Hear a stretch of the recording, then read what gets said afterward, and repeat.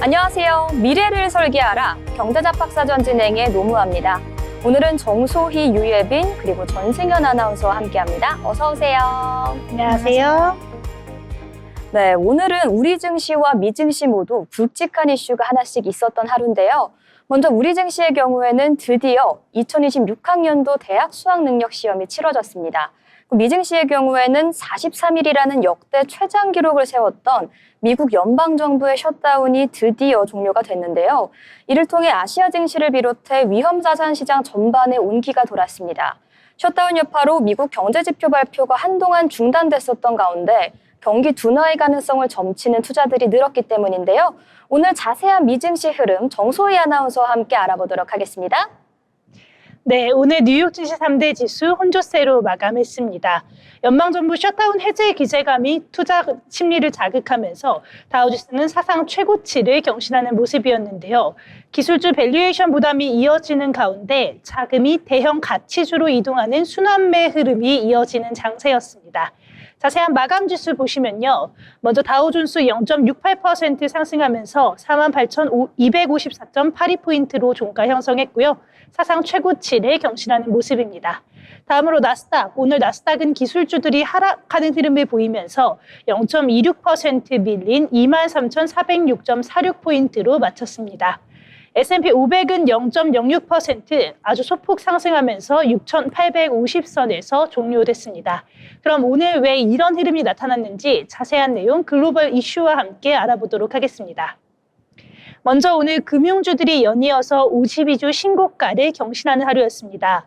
오늘 모건 스탠리, 웰스파고, 뱅크 오브 아메리카 등은 사상 최고가 기록을 경신했는데요. 이 밖에도 골드만삭스, 스테이트 스트리트, 아메리칸 익스프레스도 동반 상승하면서 최고가 기록을 갈아치웠습니다. 마켓워치에서 은행이 이번 분기에 부실 대비 충당금을 크게 늘리지 않았다고 보도하면서 투자자들은 단기적으로 부실 대출이 크게 증가하지 않았다는 긍정적인 신호로 해석하고 있는 것으로 보입니다. 다만 마켓워치에서는 이로 인해 향후 경기 둔화나 소비자 부실이 예상보다 커진다면 위험 요인이 될 수 있을 것이라고 지적하기도 했습니다. 또한 40일을 넘게 끌어왔던 이 미 연방정부 셧다운 종료가 임박하면서 그동안 우려가 컸던 경제 불확실성이 일부 해소될 것이라는 기대감도 금융주 주가를 끌어올린 것으로 보입니다. 다음 뉴스입니다. 국제 금 선물 가격이 42,000달러를 돌파했습니다. 유가가 급락하면서 미국의 인플레이션 우려가 완화하며 미 국채 금리가 하락했기 때문인데요. 금은 이자를 지급하지 않는 만큼 저금리 환경에서 선호되는 면이 있습니다. 오펙은 이날 보고서에서 내년 하루 2만 배럴의 공급 과잉이 발생할 것으로 추정하기도 했습니다. 하루 5만 배럴이 부족할 것으로 본 지난달 보고서와는 정반대되는 결과입니다. 이러한 공급 과잉 우려에 12월 인도분 WTI는 뉴욕 상업거래소에서 4.29%까지 급락하기도 했는데요. 미 국채금리도 유가 하락과 맞물리면서 장기물 중심으로 내려가는 모습이었습니다. 이러한 배경에는 미 연방정부의 셧다운 해제 효과도 함께 작용하고 있는 것으로 보입니다. 다음 내용도 함께 보겠습니다. 미 연방정부 셧다운의 여파로 10월 고용보고서와 CPI 같은 주요 경제지표가 공개되지 않을 가능성이 높다고 백악관이 밝혔습니다. 캐롤라인 레빗 백악관 대변인은 브리핑에서 민주당이 연방 통계 시스템에 영구적인 손상을 초래했다면서 10월 CPI와 고용지표는 영영 발표되지 않을 수도 있다고 했는데요. 레빗 대변인은 데이터 공백으로 인해 페드의 정책 결정자들이 매우 중요한 시점에 눈을 가린 채 움직이게 됐다고 우려를 표하기도 했습니다. 현재 노동통계국을 비롯한 주요 통계기관들은 셧다운 기간 동안 자료 수집과 발표를 중단한 상태인데요. 전문가들은 일부 통계는 사후 복원이 가능하겠지만 일부는 영구적으로 누락될 가능성이 있다고 경고했습니다. 특히 소비자 물가와 실업률 지표는 기초 조사 자체가 중단되면서 발표가 불가능할 가능성이 큰 것으로 전해졌습니다. 그럼 오늘 시장 어떻게 움직였는지 히트맵 보시면서 자세한 내용들 더 살펴보도록 하겠습니다. 먼저 히트맵에서 보실 수 있다시피 오늘 주요 기술주들 흐름이 엇갈리는 모습입니다. 엔비디아를 비롯한 반도체주들은 상승 흐름을 보였는데요. 특히나 AMD 오늘 9% 폭등했습니다. 이는 AMD가 CPU 시장에서 인텔의 아성을 무너뜨렸던 것처럼 이번에는 엔비디아의 AI 가속기 시장 장악력을 허물면서 시장을 장악할 것이라는 기대감 덕분이었는데요. 그러면서 엔비디아는 AMD가 시장을 잠식할 것이라는 이 우려 속에 초반에는 약세를 보였지만 이후에 만회하는 모습을 보여줬고요. 마이크로소프트는 상승하면서 장을 마쳤습니다. 반면 테슬라의 경우 2.05% 하락했고 알파벳은 1.48% 내리면서 거래에 마쳤습니다. 팔란티어는 3.56% 상승했고 오라클 역시 3.88% 급락하면서 226.99달러로 미끄러졌습니다. 이 아래를 보시면 오늘 금융주들 초록색으로 굉장히 좋은 흐름 보인 것도 확인하실 수 있겠는데요. 그럼 이어서 오늘 주목할 만한 미증시 특징주들 함께 살펴보도록 하겠습니다. 먼저 AMD인데요. AMD의 경우 5년 내로 데이터 센터 시장에서 두 자릿수 점유율을 달성하겠다는 계획을 발표했는데 이 부분이 시장에서 매우 긍정적인 평가를 받았습니다. AMD의 리사수 CEO는 향후 3에서 5년의 기간 동안 회사의 연간 매출 성장률이 약 35%에 달할 것이라고 밝혔는데요. 이 중 많은 부분이 AI 데이터 센터 사업에서 이뤄질 것이라고 말하기도 했습니다. AMD는 연간 약 80% 속도로 성장이 예상되는 데이터 센터 AI 칩 시장에서 두 자릿수 점유율을 달성하겠다고 밝히는 모습이었습니다. 현재 AI 칩 시장에서 엔비디아의 시장 점유율은 90%를 넘는 것으로 추정되고 있습니다. AMD는 2026년에 출시할 차세대 MI400 칩과 헬리오스 렉 시스템을 통해 AI 컴퓨팅 분야에서 엔비디아에 도전한다는 계획입니다. 다음으로는 오클로인데요. 미국의 대표적인 원전주죠. 오클로가 실망스러운 실적에도 불구하고 월가의 국립연구소와 MOU를 체결했다는 소식으로 7% 가까이 급등했습니다. 오늘 오클로는 6.67% 급등한 111.17달러를 기록했는데요. 오클로는 전날 실적 발표에서 예상치에 미달하는 실적을 발표했습니다. 시장은 13센트를 예상했는데 오클로는 지난 분기 주당 손실이 20센트라고 밝혔습니다. 그럼에도 주가가 급등한 것은 오클로가 아이다호 국립연구소와 에너지 관련 MOU를 체결했다는 소식 때문이었습니다. 이 같은 소식이 전해지자 투자사 비 라일리의 분석가 라이언 핑스트가 오클로에 매수 등급을 부여하면서 목표가를 기존의 58달러에서 129달러로 상향 조정했습니다. 핑스트는 이번 MOU 체결로 오클로가 원자력 규제위원회로부터 라이센스를 받을 가능성이 더욱 커졌다라고 목표가 상향 이유를 설명하기도 했습니다. 네, 오늘 이렇게 미증시 마감 시황 함께 살펴봤는데요. 셧다운 해제라는 이 좋은 재료와 경제 둔화에 대한 경계감, 또한 기술주 밸류에이션이라는 이 나쁜 재료들이 겹치면서 오늘 뉴욕 증시 혼란스러운 하루였습니다. 내일은 과연 어떤 모습으로 흘러갈지 내일도 저희와 함께 하시면서 투자 흐름 체크해 보시기 바라겠습니다.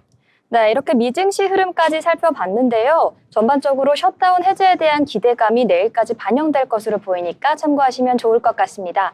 다음은 모 이슈 시간입니다. 한 주 동안 있었던 이슈 그리고 코너에 대해서 알아보려고 하는데요. 유예빈 아나운서 전해주시죠. 네, 오늘은 게임 팬이라면 모두가 기다리고 있을 소식입니다. 지스타 2025가 드디어 개막했습니다. 올해 지스타는 규모부터 놀라운데요. 전 세계 44개국 1200개 기업과 부스 수도 무려 3269개에 달합니다. 부산 백스코가 지금 정말 축제 분위기로 가득하다고 하는데요. 이번 지스타의 핵심 주제는 이야기와 서사의 확장입니다. 그냥 게임을 보는 전시가 아니라 게임 속 세계관을 직접 몸으로 들어가는 체험형 전시인데요. 기업들도 단순히 게임 시연들을 설치하는 데서 그치지 않고요. 스토리텔링과 IP의 세계관을 직접 체험할 수 있는 공간을 마련했다고 합니다. 그래서 올해는 특히 몰입감이 남다르다는 평가가 나오고 있는데요. 자, 그럼 참여 기업들을 한번 살펴볼까요? 첫 번째로 소개할 기업은 넷마블입니다. 넷마블은 지스타에 벌써 여러 차례 참여하고 있는데요. 올해도 역시 존재감이 확실합니다. 이번에는 145대의 시연 기기를 준비했고요. 신작 4종을 직접 플레이할 수 있다고 합니다. 먼저 해외에서 이미 주목받았던 7개의 대죄 오리지널, 그리고 몬길 스타다이브가 있죠. 이렇게 두 작품을 최신 빌드로 국내 최초 공개했고요. 신작 2개를 동시에 최초 공개했습니다. 다음은 이번 G스타에서 가장 큰 화제라고 해도 과언이 아니죠. 바로 블리자드입니다. 무려 12년 만에 G스타로 돌아왔는데요. 스타크래프트, 워크래프트, 디아블로 등 한국 게이머들에게는 추억 제조기 같은 회사입니다. 이번에는 시연보다는 체험형 부스에 중점을 뒀다고 하는데요. 세계관을 그대로 옮겨놓은 공간과 팬과 직접 만나는 이벤트로 현장 분위기가 진짜 뜨겁다고 합니다. 마지막으로는 크래프톤입니다. 무려 9년 연속 참여인데요. 역시 꾸준한 강한 라인업을 보여주고 있습니다. 가장 큰 관심작은 세계적으로 핫한 게임이죠. 바로 패럴드 모바일입니다. 오리지널 IP를 기반으로 크래프톤 사나 펍지 스튜디오가 개발한 작품을 이번 G스타에서 최초로 공개했다고 하는데요. 크래프톤 외에도 웹젠, 네오위즈 등 다양한 개발사들이 신작을 최초 공개하면서 올해 G스타 작품폭은 그 어느 때보다 넓었습니다. 마지막으로 눈에 띄는 변화가 있는데요. 바로 협업 구조의 변화입니다. 올해 NC소프트는 놀라울 정도로 큰 글로벌 기업들과 손을 잡았는데요. 삼성전자, 엔비디아, 인텔, 그리고 마이크로소프트까지 이렇게 세계 최고 수준이라고 불리는 기업들이 한자리에 모였습니다. NC소프트는 이들과 함께 부스를 하나의 기술 체험 공간으로 꾸몄는데요. 예를 들어 삼성전자의 최신 게이밍 모니터, 엔비디아의 차세대 그래픽 카드인 RTX 50 시리즈, 인텔의 최신 CPU, 그리고 마이크로소프트의 클라우드 기술까지 이 모든 기술 덕분에 방문객이 실제 게임에 들어가면 이렇게 달라지는구나 몸으로 느낄 수 있게 만들었습니다. 이렇게 올해 G스타는 게임을 보는 행사를 넘어 게임 안으로 들어가는 경험을 만들고 있는데요. 또 이 열기가 시장에 어떤 바람을 불러일으킬지 기대해봐도 좋겠습니다. 네, 지난주 롤드컵에 이어서 이어지는 G스타까지 전 세계 게임 팬들의 관심이 집중될 것 같습니다. 이렇게 한 주의 핫 이슈가 되는 모 이슈까지 알아봤는데요. 다음은 뉴스 브리핑으로 넘어가서 오늘 장에서 이슈가 되었던 뉴스 알아보도록 하겠습니다. 정소희 아나운서 전해주시죠. 네, 오늘 제가 처음으로 가져온 뉴스는요. 지금이 들어갈 타이밍, 포스코 1조 2천억 파격 투자라는 제목의 뉴스입니다. 이 포스코 그룹이 리튬 대량 확보를 위해서 호주 광산과 아르헨티나 염호에 총 1조 2천억 원을 투자하기로 했습니다. 호주 미네랄 리소스 중간지주 지분 30%를 7억 6,500만 달러에 인수해 워지나 마운트 마리온 광산의 리튬 정광 연 27만 톤을 확보했는데요.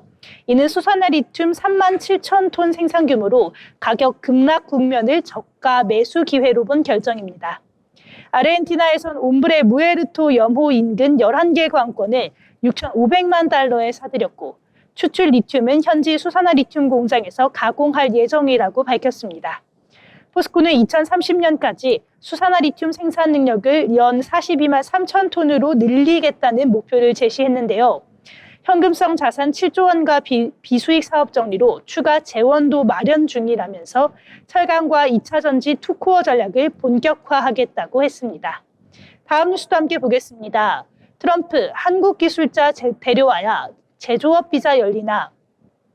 도널드 트럼프 미국 대통령이 폭스뉴스 인터뷰에서 우리에게 없는 기술은 배워야 하고 인재를 데려와야 한다고 밝혔습니다. 지난 9월 조지아주 배터리 공사 현장에서 한국인 근로자 300여 명이 체포, 구금된 일을 직접적으로 거론하면서 초기 가동, 교육 단계에서 해외 기술 인력이 필요하다고 강조했는데요. 실업자 명단에서 바로 데려다가 첨단 생산을 맡길 수는 없다는 취지로 설명했습니다. 이 사안은 H-1B 등 전문직 비자 축소를 요구하는 보수층 불만 속에서 나왔지만 트럼프 대통령은 제조 현장 기술 이전을 위해선 단기적으로 외국 인력이 불가피하다는 입장을 재확인했습니다. 실제로 브라이언 캠프 조지아 주지사는 공장 건설, 설비 전문 인력의 원활한 입국을 위한 제조업 비자 도입을 논의했다면서 최장 90일 단기 체류 모델을 제시했는데요. 한미는 B1, 이스타로 입국했다가 적발된 사례 재발을 막기 위한 비자 제도 개선 워킹그룹도 가동 중입니다. 오늘 제가 준비한 뉴스는 여기까지입니다. 네, 이렇게 리튬 그리고 제조업 관련된 뉴스를 전해주셨는데요. 리튬 투자와 관련해서 참고하실 만한 좋은 소식은 있습니다. 최근 리튬 가격은 2022년 고점 대비 80% 정도 급락한 상황이기 때문에요. 지금 포스코가 이 타이밍에 매수를 진행했다면 좋은 실적을 기대해봐도 괜찮다는 점 참고해 주시면 좋을 것 같습니다. 그럼 이어서 유예빈 아나운서와 함께 다음 뉴스 알아보도록 하겠습니다. 네, 테슬라 코리아가 소셜미디어를 통해 완전 자율주행 FSD 기능의 국내 도입을 공식화했습니다. 2019년부터 준비해온 기능이었죠. 6년 만에 처음으로 국내 도입 소식이 나온 건데요. 정확한 일정은 아직 공개되지 않았지만 소비자들의 기대감은 빠르게 커지고 있습니다. 이번에 도입되는 기능은 감독형 FSD인데요. 이름 그대로 차가 주행을 상당 부분 도와주지만 운전자가 계속해서 지켜봐야 하는 형태입니다. 차선 변경이나 골목길 주행도 스스로 처리할 수는 있지만 운전자가 완전히 손을 떼고 맡길 단계는 아직 아닌 겁니다. 테슬라 코리아는 최근 서울 한강 일대에서 시험 주행을 한 영상을 공개했습니다. 차량은 지하도로와 한강공원 진출입로 그리고 복잡한 골목길도 비교적 자연스럽게 통과했는데요. 다만 국내 확산까지는 과제가 남았습니다. 국내 판매 대부분을 차지하는 모델 Y 그리고 모델 3가 중국 상하이 생산 차량인데요. 유럽 안전 기준을 따르고 있어서 감독형 FSD가 그대로 적용될지는 아직 미지수입니다. 그래도 이번 발표 이후 시장의 기대감도 커지고 있는 만큼 관련 주가와 산업에도 새로운 모멘텀을 줄 것으로 보입니다. 다음 뉴스입니다.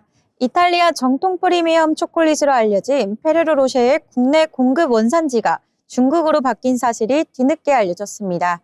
유통업계에 따르면 페레로 로쉐는 최근 한국 시장에 들어오는 완제품을 이탈리아산에서 중국 항저우 공장 생산분으로 전환했다고 하는데요. 현재 매장에서는 이탈리아산과 중국산이 함께 판매되고 있습니다. 페레로 로쉐는 오래전부터 이탈리아 감성과 유럽풍 고급 이미지로 국내 시장에서 독보적인 위치를 지켜왔죠. 특히 금박 포장과 헤이즐넛 풍미는 크리스마스, 발렌타인데이 같은 특별한 날의 선물로 널리 사랑받아 왔는데요. 이번 소식이 전해지자 소비자 반응은 다소 싸늘합니다. SNS에서는 이탈리아산이라 믿고 샀는데 중국산이었다. 가격은 그대로인데 생산지만 바뀌었다면 배신감이 든다는 이야기가 나오고 있습니다. 국내에서 쌓아온 이탈리아 프리미엄 초콜릿 이미지가 강한 만큼 이번 결정이 브랜드 신뢰도에 어떤 영향을 줄지 주목해봐야겠습니다. 네, 이렇게 예빈 아나운서와 함께 나머지 뉴스에 대해서도 알아봤는데요. 저 또한 굉장히 실망스러운 것 같습니다. 얼마 전 11월 11일이 빼빼로 데이였습니다. 혹시 이때 빼빼로 말고 페레로 로쉐 받은 분 있으실까요? 저는 빼빼로만 받았기는 한데 페레로 로쉐도 많이들 선물을 하시잖아요. 네. 그래서 다들 많이 실망을 하셨을 것 같습니다. 네, 예빈 아나운서는 혹시 빼빼로가 좋으신가요? 아니면 페레로 로쉐를 선호하시나요? 네, 저는 원래 초콜릿을 굉장히 좋아해서 이 페레로 로쉐도 정말 많이 먹었었거든요. 근데 이번 뉴스를 보니까 살짝 실망스럽습니다. 네, 저는 얼마 전에 빼빼로 대신에 페레로 로쉐를 받아서 굉장히 기뻤는데 오늘 예빈 아나운서가 전해주신 소식에 약간 마음이 아프긴 했습니다. 그렇지만 언제든지 의미가 중요한 거니까요. 앞으로도 저희 경제잡학사전과 계속해서 주가의 흐름 그리고 증시의 의미 살펴보시면 좋을 것 같습니다. 아울러 본 방송에서 제공하는 정보는 투자 판단에 대한 조언일 뿐 해당 종목 가치의 상승 또는 하락을 보장하진 않습니다.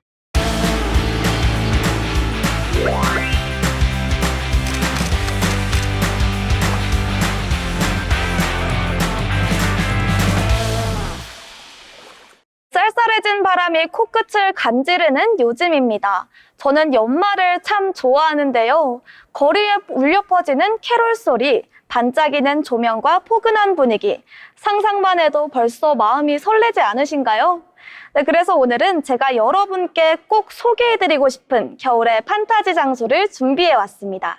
네, 바로 부산에서 펼쳐지는 크리스마스 빌리지 부산 2025인데요. 따뜻하고 반짝이는 산타 마을 분위기 속으로 함께 떠나볼까요? 네, 크리스마스 빌리지 부산 2025는 11월 27일부터 12월 25일까지 약 한 달 동안 영화의 전당 야외 광장에서 열립니다. 북쪽 산타마을의 남쪽 임시지점이라는 콘셉트로 영화의 전당 전체가 겨울 판타지 공간으로 변신하는데요. 높이 10m의 대형 크리스마스 트리, 오로라 조명, 눈처럼 쌓인 설경까지 들어서는 순간 동화 속 세상에 들어온 듯한 기분을 느낄 수 있습니다. 다음으로 즐길 거리 소개해드리겠습니다. 먼저 미식 콘텐츠인데요.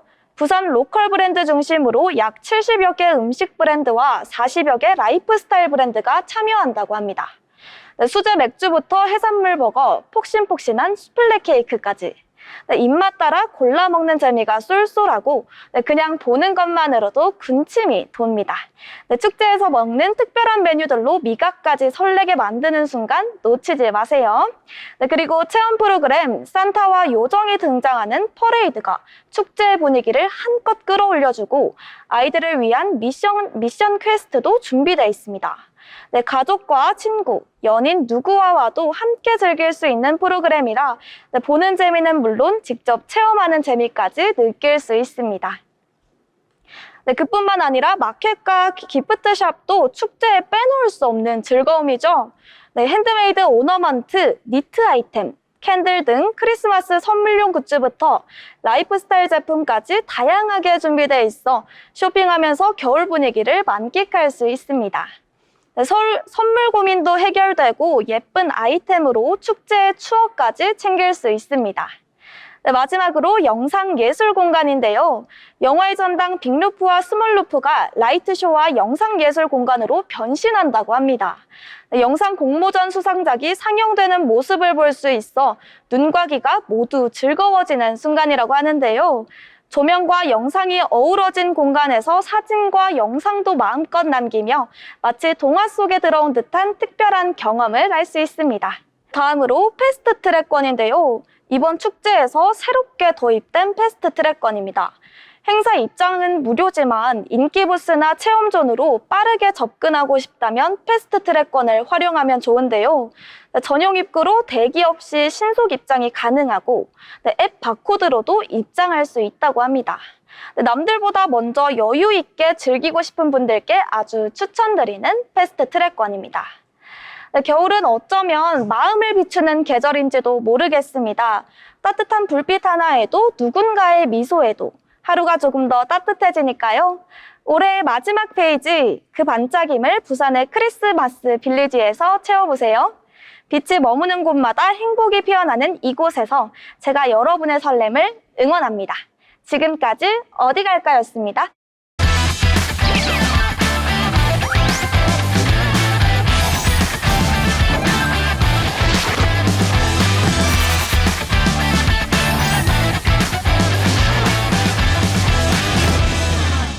네, 이번 시간은 투자의 고수가 되고 싶은 아나운서들이 경제 그리고 주식 이야기 나눠보는 시간입니다. 먼저 오늘장 마감 어땠는지 알아보도록 할 텐데요. 전승현 아나운서와 함께 국내 증시 마감 시황 살펴보도록 하겠습니다. 11월 13일 국내 증시 마감 시황 전해드립니다. 오늘은 2026학년도 대학 수학 능력 시험이 치러진 날이었죠. 따라서 개장과 마감 시간이 1시간씩 늦춰져서 오후 4시 30분에 장 마감했습니다. 코스피 먼저 한번 보시겠습니다. 오늘 코스피 0.83% 상승해 4,184선에 장 마감했습니다. 개인과 기관이 각각 2,343억 원, 7,179억 원 팔았으나 외국인이 순매수세를 보이며 코스피 상승 마감할 수 있었습니다. 다음으로 코스닥 한번 보겠습니다. 코스닥 오늘 1.31% 상승해 918억 원의 장 마감한 모습 볼 수 있는데요. 외국인이 700억 원 가량 순매도했는데 기관과 개인의 매수세가 이어지며 지수는 비교적인 안정적 흐름 보일 수 있었습니다. 네, 다음으로 시가총액 상위지수 1위부터 10위 코스피 한번 보도록 하겠습니다. 오늘 삼성전자와 SK하이닉스 살짝 주춤하는 모습 보였는데요. LG에너지솔루션과 두산에너지빌리티 등 2차전지 에너지 관련 종목들이 강세를 보였습니다. 특히 두산에너지빌리티 6% 가까이 상승하며 83,100선에 장 마감하는 모습 보였습니다. 다음으로 코스닥 시가총액 상위 종목 1위부터 10위부터 10위 보겠습니다. 네, 오늘 대부분 빨간불 켜내는 모습인데요. 상대적으로 부진했던 제약 바이오 업종이 다시 살아난 모습 볼 수 있습니다. 네, 그중에서도 ABL 바이오 30% 가까이 상승하며 16만 3,500선에 장 마감하는 모습 보였는데요. 네, 펩트론 역시 6% 가까이 상승해 31만 1,000원에 장 마감했습니다. 네, 이렇게 코스닥까지 설명드렸는데요. 내일은 더 좋은 흐름 있기를 기대하며 지금까지 국내 증시 마감 시황이었습니다. 네, 이렇게 국내 증시 마감 시황까지 살펴봤습니다. 전반적인 흐름이 좋았던 만큼 오늘 자세한 종목별 이슈도 체크해보면 좋을 것 같은데요. 먼저 유예빈 아나운서와 함께 오늘의 종목 어땠는지 살펴보도록 하겠습니다. 어떤 종목일까요? 네, 요즘 가장 많이 언급되고 있는 기업이죠. SK 하이닉스 이야기로 시작해 보겠습니다. 최근 반도체 섹터와 AI 흐름이 계속 주목받으면서 하이닉스가 다시 한번 시장의 중심에 섰는데요. 특히 AI 메모리 경쟁력이 돋보이면서 완전히 새로운 패러다임이라는 분석들이 나오고 있습니다. AI 시대를 맞아 반도체 기업을 평가하는 기준 자체가 달라진 건데요. 그동안 반도체 기업은 경기 사이클을 크게 타는 종목이기 때문에 주로 PBR, 즉 자산가치 기준으로 평가받았습니다. 왜냐하면 이익이 들쑥날쑥했기 때문인데요. 하지만 AI 시대에 들어서면서 이야기가 달라졌습니다. 수요는 안정적으로 바뀌고 장기 계약이 확대되면서 이제는 얼마나 벌고 있느냐, 즉 PER 중심의 평가 구조로 바뀌고 있는 건데요. 여기 산업 구조도 변화하고 있습니다. 과거 메모리 산업은 선증설 후수주, 즉 먼저 공장을 짓고 그 다음에 주문을 받는 형식이었는데요. 그래서 수요가 줄면 재고 부담을 고스란히 떠안았어야 했습니다. 하지만 AI 시대에 바뀌게 된 건데요. 지금은 선수주 후 증설, 이렇게 구조가 자리 잡으면서 주문을 먼저 확보한 뒤 그 물량에 맞춰 증설에 들어가는 방식으로 전환했습니다. 또 SK 하이닉스가 이렇게 재평가받고 있는 이유는 확실한데요. 현재 HBM 시장에서 점유율이 무려 60% 이상입니다. 엔비디아 최신 GPU 대부분에 하이닉스의 HBM이 들어가는 건데요. 그동안은 하이닉스가 경기주였지만 이제는 성장주로 변화한다는 신호탄으로 볼 수 있겠습니다. SK증권 리포트에 따르면 SK 하이닉스 목표 주가를 100만 원으로 선정했습니다. PER 기준 11배 기준인데요. 과거 메모리 기업에서는 보기 어려웠던 높은 평가로 보입니다. 하이닉스가 메모리의 TCMC라는 말을 듣는 이유기도 하는데요. 그럼 마지막으로 오늘 11월 13일 SK 하이닉스 흐름을 살펴보겠습니다. 먼저 오늘 SK 하이닉스 60만 7천 원에서 시작했는데요. 장중 62만 2천 원까지 올랐다가 결국 61만 1천 원에 종가 형성했습니다. 오늘처럼 단기 변동성은 분명히 있지만 HBM 중심의 구조적 성장성은 끊임없이 변화가 없을 거라는 평가가 언급되고 있습니다. 지금까지 특징주 SK 하이닉스였습니다. 네, SK 하이닉스 흐름 짚어주셨는데요. 또 하나 참고하시면 좋을 만한 소식이 있습니다. 최근 꾸준한 상승세를 보여주고 있긴 하지만 지난 3일 국내 시가총액 2위인 SK 하이닉스가 투자 주의 종목으로 지정됐다는 점도 살펴주시면 좋을 것 같습니다. 최근 주가가 1년 전보다 200% 이상 상승했고 특정 계좌의 매수 관여율이 일정 기준을 초과했기 때문에 이제 투자 주의 종목으로 지정이 된 바가 있는데요. 17일까지 최근 15일 중 최고 종가를 기록할 경우 투자 경고 종목으로 지정될 수 있다는 점도 확인해 주시면 좋을 것 같습니다. 그러면 정소희 아나운서와 함께 다음 종목 살펴보도록 하겠습니다. 네, 오늘 살펴볼 종목 하이브입니다. 우리 오늘 시장에서 빼놓을 수 없는 뜨거운 감자죠. 하이브의 경우 오늘 뉴진스 복귀 소식과 함께 주가가 상승세를 탔습니다. 어제 뉴진스 멤버 5인 전원은 지난해 11월 전속 계약 해지 선언 이후에 1년 만에 소속사인 어도어의 복귀 의사를 밝혔는데요. 먼저는 혜린과 혜인이 상의를 거쳐서 복귀하기로 했다고 밝힌 이후 민지, 한이, 다니엘도 돌아오겠다는 뜻을 밝히면서 오늘 뉴진스가 함께 하이브의 주가 상승했습니다. 앞서 뉴진스 멤버들은 하이브와의 갈등으로 해임된 민희진 전 대표의 복귀 등을 요구했으나 받아들여지지 않자 지난해 11월 어도어의 전속계약 위반으로 계약이 해지됐다고 주장했는데요. 어도어는 뉴진스와의 계약이 여전히 유효하다면서 같은 해인 12월 전속계약 유효 확인 소송을 내고 본안 소송 결론이 나기 전까지 멤버들의 독자 활동을 막아달라는 가처분 신청도 낸 바 있습니다. 법원은 가처분 사건과 1심에서 모두 어도원의 손을 들어주기도 했는데요. 뉴진스 5인이 이러한 상황에서 모두 복귀 의사를 밝히면서 이러한 분쟁은 사실상 종료된 것으로 볼 수 있겠습니다.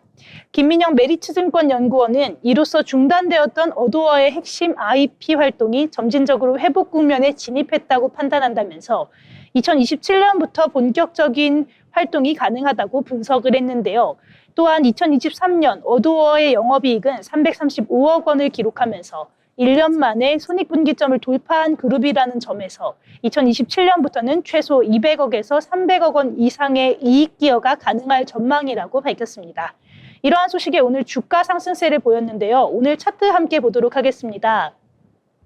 오늘 차트 보시면 조금 당황스러운 분들도 있으실 것 같은데요. 아무래도 전날 마감 이후에 복귀에 대한 윤곽이 잡히면서 이 넥스트레이드에서 상승을 했다 보니까 오늘 이 봉은 굉장히 음봉으로 볼 수도 있겠습니다. 하지만 오늘은 상승세를 이어갔다는 점 확인하시면 좋겠고요. 전날 종가와 비교해서 4%대 상승을 했다고 볼 수 있겠습니다. 그래서 오늘 시가 30만 5,500원으로 시작을 했지만 오늘 종가는 30만 4,000원으로 종료가 됐습니다. 다만 이 시가의 경우 넥스트레이드의 영향이기 때문에 우리 오늘 장에서는 상승으로 볼 수 있겠습니다.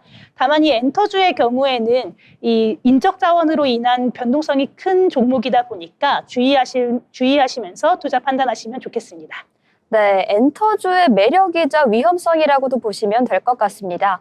오늘 한이, 해린, 뉴진스 멤버들의 기사와 함께 주가가 요동치는 모습이 보여졌는데요.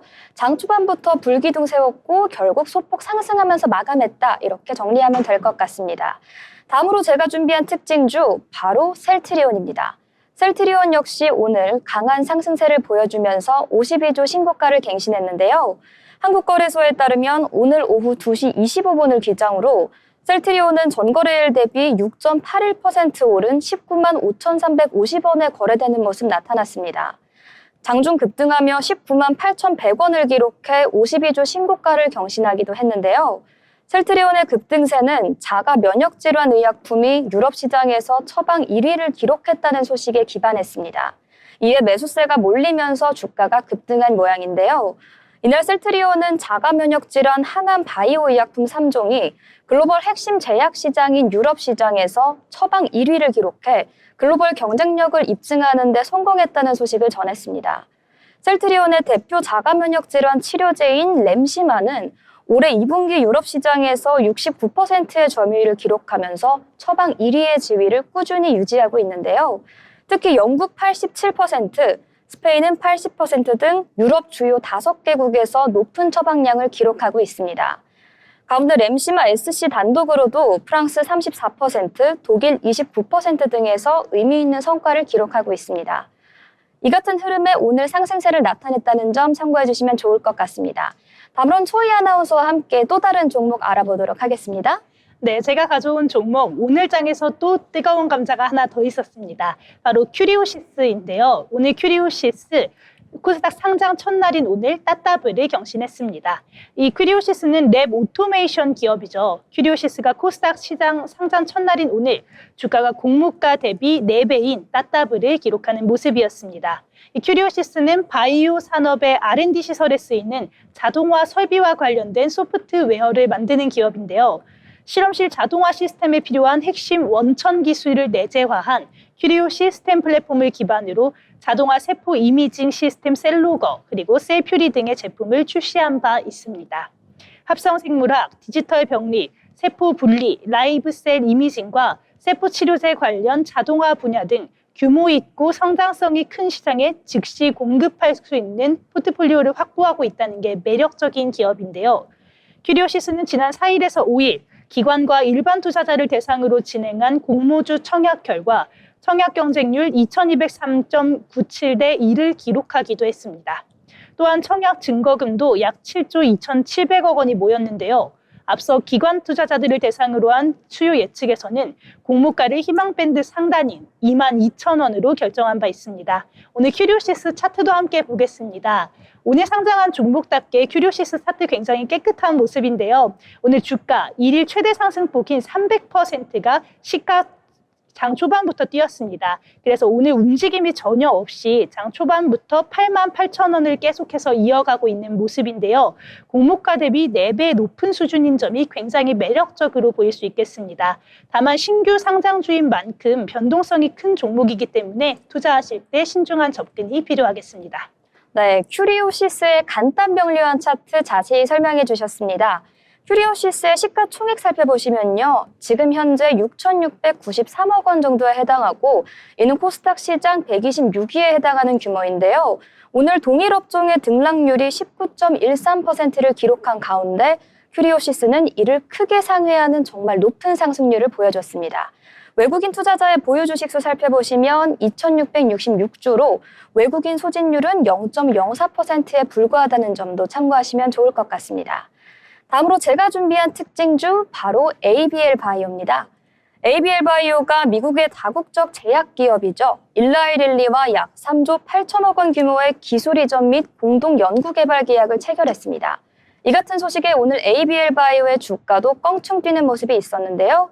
이틀 연속 강세를 보이면서 26.894% 상승해 오늘 오후 2시 16분 기준으로 16만 700원 선에 거래되는 모습 나타났습니다. 이번 계약은 ABL 바이오가 개발한 그랩바디 플랫폼 기술을 기반으로 하고 있는데요. 이를 통해 신약 개발을 목표로 한다는 점도 전해졌습니다. 계약금으로는 약 585억 원, 즉 4천만 달러를 수령하고 개발과 허가, 상업화 마일스톤 지급액은 최대 25억 6,200만 달러, 약 3조 7,487억 원에 해당합니다. 또 제품 순매출에 따른 단계별 로열티도 포함되어 있다고 하는데요. 이번 계약은 국내 바이오 기업과 글로벌 빅파마 간 협력 사례로 신약 개발 경쟁력 강화와 시장의 확대에 중요한 이정표가 될 전망입니다. 네, 이렇게 오늘의 특징주 종목까지 자세히 살펴봤습니다. 이어서 유예빈 아나운서가 인물에 대해 알려주는 인물사전 준비했는데요. 오늘은 어떤 인물의 재미있는 이야기가 준비되어 있을까요?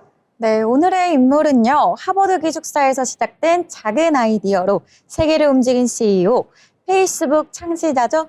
마크 주커버그입니다. 마크 주커버그는 1984년 미국 뉴욕에서 태어났습니다.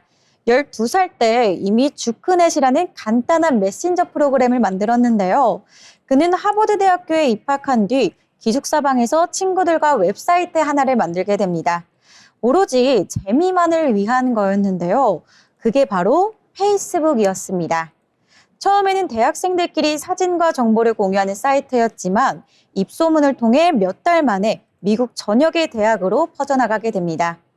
이렇게 천재라고 불리던 주크버크는 학교를 중퇴하고 페이스북을 본격적인 회사로 키우기 시작합니다. 그리고 불과 20대 중반에 세계 최연소 억만장자 반열에 오르게 되는데요. 당시 페이스북은 친구 목록과 좋아요 버튼, 피드 알고리즘 등 지금은 너무 익숙한 기능들을 통해서 사람들의 소통 방식을 완전히 바꿔놓았습니다.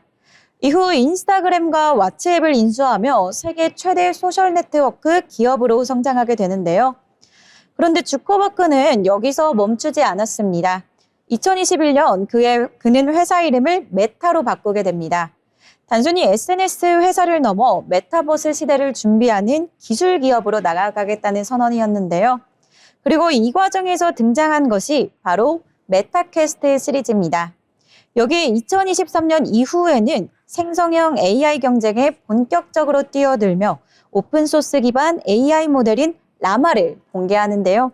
특히 라마3 모델은 전 세계 개발자들이 다양하게 활용하며 AI 분야의 핵심 플랫폼으로 자리 잡았습니다. 물론 어려움도 있었습니다. 페이스북은 여러 차례 개인정보 보안 논란에 휘말렸고요. 정치적 영향력에 대한 비판도 받았습니다. 그럼에도 불구하고 주커버그는 CEO로서 기술은 점점 더 큰 책임과 함께 움직여야 한다는 메시지를 반복하며 끊임없이 연구했습니다. 마크 주커버그라는 사람을 한 문장으로 정리하자면 이렇습니다. 세계를 연결한 사람, 그리고 계속해서 세계를 바꾸려는 사람.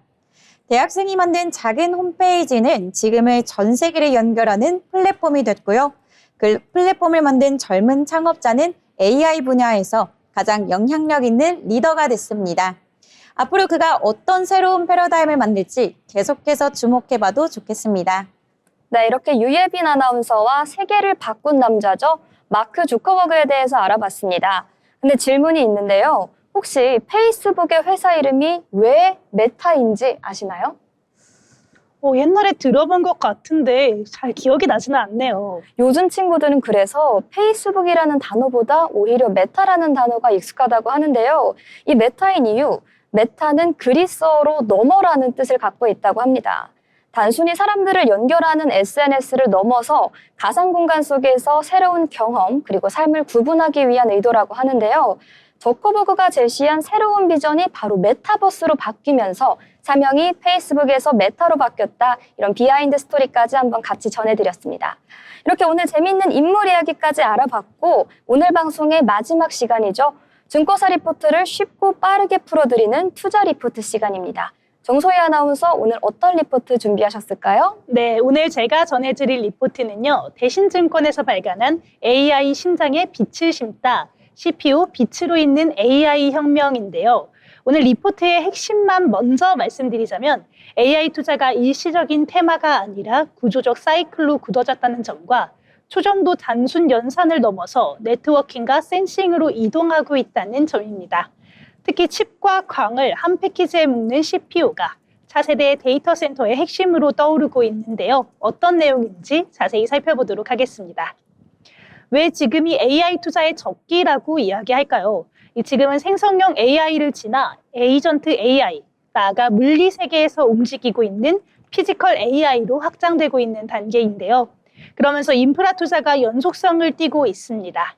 엔비디아의 시가총액이 5조 달러를 넘긴 것도 같은 맥락이라고 이야기할 수 있겠는데요.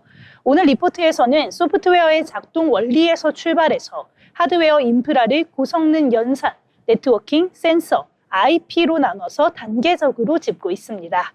결론적으로는 모델 성능을 올리는 일은 이제 연산만의 문제가 아니라 연결, 감지, 지능 블록의 합으로 가고 있다는 것이 포인트입니다. 이 학습의 경우 대규모 병렬 연산을 중심으로 추론은 전력 효율을 중심으로 최적화가 갈라지고 있습니다. 전공정 미세화와 후공정 적층, 그리고 칩넷 기반의 시스템 총합까지 총동원되지만 데이터가 모델과 칩 사이를 오가면서 생기는 병목을 없애지 못한다면 이 체감 성능은 제한적일 수밖에 없는데요. 그래서 여러 대를 한 대처럼 움직이게 만드는 네트워킹의 전략적 가치가 커졌다는 진단입니다. CPU는 스위치 칩과 광학 모듈을 한 패키지에 통합해서 구리선 구간을 급격하게 줄일 수 있는데요. 결과는 명확하게 나옵니다. 전송 효율이 약 3.5배 개선이 되고요. 또한 전력 소비가 70% 절감할 수 있습니다. 초당 102.4테라비트급 스위치가 본격화되는 2026년부터 양산 적용이 예상이 되고 있는 상황이고요. 엔비디아는 루빈 다음 아키텍처인 파인만에서 광 IO 기반 CPU를 GPU 통신에도 확대할 것이라는 전망이 제시되고 있습니다. 데이터 센터의 혈관을 전기로가 아니라 빛으로 바꾸는 전환점이라고 할 수 있겠는데요. 이렇게 CPU가 본 게임에 들어가려면 몇 가지의 관문을 통과하는 게 필요합니다. 첫 번째로는 표준화인데요. 스위치, 가속기 밴더 간 전기, 광 인터페이스 규격과 관리 소프트웨어가 맞물려야만이 이 대형 고객의 멀티 밴더 조달이 가능해지겠습니다. 또한 두 번째는 수율과 신뢰성입니다. 실리콘 포토닉스 다이, 레이저, 결합 본딩 공정, 광 파이퍼 배열까지 전 단계의 수율이 안정돼야지 단가가 내려갈 수 있겠습니다. 또한 세 번째는 테스트 모니터링 체계입니다. 패키지 단계에서 광 정렬 검증과 현장 장애 모니터링이 자동화가 되어야지 운영비가 줄어들 텐데요. 그렇다 보니 실무적으로는 설계 샘플에서 엔지니어링 샘플, 개념 검증, 그리고 양산 승인의 인증 리드 타임을 얼마나 단축하느냐가 초기 매출의 속도를 가를 수 있겠습니다. 이렇게 연결이 광으로 옮겨가게 되면 패키징의 난이도가 조금 더 올라가게 되는데요. TSV 적층, 실리콘 유리 인터포저, 그 다음에 TVW, TGV, 하이브리드 본딩 같은 공정이 성능을 좌우하게 되고요. 실리콘 인터포저의 크기 한계를 보완할 유리 기판도 부상 중입니다. 핵심은 더 짧고 더 많은 I/O를 더 낮은 발열과 저항으로 묶는 능력, 이 지점에서 장비와 소재, 기판 밸류체인의 중요성이 커질 수 있겠습니다. 이 피지컬 AI는 카메라와 레이더, 라이다를 융합한 퓨전 센싱이 기본으로 되는데요. 아날로그 신호를 디지털로 바꾸는 아날로그 반도체의 수요도 함께 커질 수가 있겠고요. 한편 연산과 메모리, 인터커넥트를 정의하는 IP 시장은 DDR5, 서데스, 칩넷 IP를 중심으로 성장 동력이 뚜렷하다고 할 수 있습니다. 결국 감지와 설계 블록이 하드웨어 확장의 두 날개가 되고 있는 그림입니다. 이렇게 학습과 추론의 요구가 달라지면서 퍼블릭 클라우드 일변도에서 프라이빗, 네오클라우드, 하이퍼스케일러로 조달 경로가 나뉘게 되는데요. 대규모 학습은 전용 인프라로, 글로벌 서비스 추론은 퍼블릭으로, 또한 모델 기업과 클라우드 기업이 각각 하드웨어 통제력을 강화하는 흐름도 확인할 수 있습니다. 이 변화는 GPU, 스위치, HBM, CPU 등 전 밸류체인의 전략적 가치를 함께 끌어올릴 수 있는 부분입니다. 오늘 제시하는 국내 토픽은 TF인데요. 2006년부터 북미양 반도체 테스트 부품 매출이 시작되고 그 다음에 HBM, HB 패키지 확대와 더불어서 CPU의 개화의 수혜가 기대된다는 시작입니다. 관심 종목으로는 센서 디자인 하우스 사이닉 솔루션, 카메라 장비 프론티어, 레이더의 스마트 레이더 시스템, 라이다의 SOS랩, DDR5 IP의 오픈 엣지 테크놀로지, 서데스 칩넷 IP의 퀄리타스 반도체가 제시될 수 있겠습니다. 글로벌 차원으로 보자면 스위치, 광원, 실리콘 포토닉스, 패키징까지 얽힌 생태계가 함께 움직이고 있는 것으로 볼 수 있겠습니다. 이렇게 국내 기업은 패키징과 테스트, 기판과 IP 축에서 기회가 크다고 볼 수 있겠는데요. HBM 첨단 패키지에서 쌓은 미세 본딩, 언더필, 열 관리 역량을 광 패키지로 확장할 수 있고요. 또한 기판 측면에서는 실리콘, 유리 인터포저 전환에 선제 대응하는 전략이 유효하겠습니다. 또한 북미 레퍼런스를 확보하는 것과 MPI 대응 캐파, 또한 품질 인증, 클린룸 같은 인프라를 조기에 갖춘 곳이 앞설 가능성이 높다, 이렇게 볼 수 있겠고요. 리스크 관리 측면에서는 소수 대형 고객 의존도를 낮추는 포트폴리오가 필요하겠습니다. 전기식과 CPU를 아우르는 공정 호환성도 중요하고요. 해외 파트너와의 공동개발, 공급망 다변화가 오늘의 핵심이 되겠습니다. 그럼 마지막으로 오늘의 리포트 한번 정리를 해볼까요? 먼저 첫 번째로는 AI 인프라는 구조적 사이클에 진입했고 연산에서 연결과 감지로 무게중심이 이동한 상황입니다. 두 번째로는 CPU는 효율과 전력에서 질적 도약을 제공하면서 2026년 스위치부터 본게임에 들어갑니다. 세 번째, 센서와 아날로그 반도체, IP는 피지컬 AI 확장의 필수축이라고 할 수 있겠는데요. 마지막으로 국내에서는 CPU와 패키징, 센서, IP로 이어지는 체인에서 기회가 열리고 있다, 이렇게 말할 수 있겠습니다. 지금까지 제가 준비한 투자 리포트였습니다. 네, 이를 통해서 AI 그리고 CPU라는 개념에 대해서 더 자세히 이해해 볼 수 있었던 것 같습니다.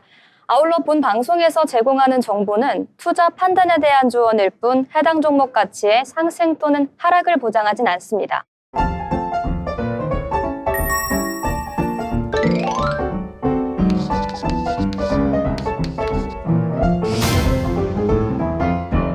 네, 그럼 오늘 장을 한 줄로 정리해보는 한 줄 평 시간 가져보려고 하는데요. 먼저 소희 아나운서 오늘 장 어떻게 보실까요? 네, 저는 오늘 장 코스닥 바이오에 주목하자, 이렇게 이야기해 보도록 하겠습니다. 요즘 바이오 흐름이 좋으니까요. 코스닥 투자하시는 분들 바이오 주목해 보시면 좋겠습니다. 네, 바이오에 집중하시면 좋을 것 같고요. 예빈 아나운서는 어떻게 보셨을까요? 네, 저는 오늘 불확실한 상황 속에서도 그래도 방향이 보인 하루였던 것 같습니다. 계속해서 장중 변동은 있었지만 또 일부 기술주나 대형주가 분위기를 끌어올렸잖아요. 앞으로 계속해서 주목해 봐야겠습니다. 네, 오늘은 전국의 수험생들이 본인의 능력을 발휘하는 대학 수학능력 시험이 있었습니다. 근데 여러분, 투자와 수능도 비슷한 부분이 있는 것 같아요. 단기간의 운이 아니라 꾸준한 공부와 준비가 필요하고 때로는 예상치 못한 문제에 당황할 수도 있지만 차분하게 자신을 믿는 것이 중요하죠. 그 길을 언제나 저희 경제잡학사전이 함께하도록 하겠습니다. 오늘 시험 치른 수험생 여러분 정말 고생 많으셨습니다. 오늘 저희가 준비한 내용은 여기까지입니다. 시청해주신 여러분 고맙습니다.